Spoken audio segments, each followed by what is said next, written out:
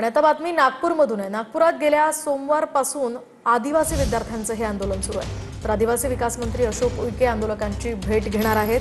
मुख्यमंत्र्यांशी चर्चा करण्याची आंदोलकांची मागणी आहे। पुण्यातील आंदोलकांशी चर्चेमध्ये मागण्या मान्य झाल्या नसल्याचा हा आरोप होतोय।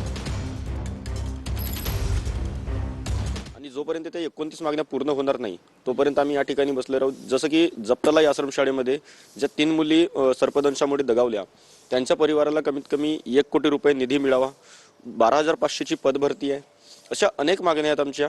अनेक म्हणता येईल म्हणजे ज्या लेखी दिले होते त्याच्यामध्ये जे 29 मागण्या आहेत, जोपर्यंत त्याच्यामधून एक जरी दिलं म्हणजे लॉलीपॉप किंवा चॉकलेट दिलं असं तर होणार नाही। जोपर्यंत आमच्या पूर्णपणे मागण्या पूर्ण होणार नाही तोपर्यंत आम्ही याच ठिकाणी बसले राहू। आदिवासी विकास मंत्री येणार आहे भेटायला, आदिवासी विकास मंत्री येणार आहे ते ठीक आहे, पण मला चर्चा करणार का नाही तुम्ही त्यांची? तरी वाटते की त्यांनी आधी आमच्या इथे आल्यानंतर आमच्या पूर्ण मागण्या पूर्ण कराव्यात। नाही जर होत असेल तर तुम्ही तुमच्या मंत्रिपदाचा म्हणजे राजीनामा द्या, पण त्याच्या आधी आमच्या मागण्या पूर्ण करा।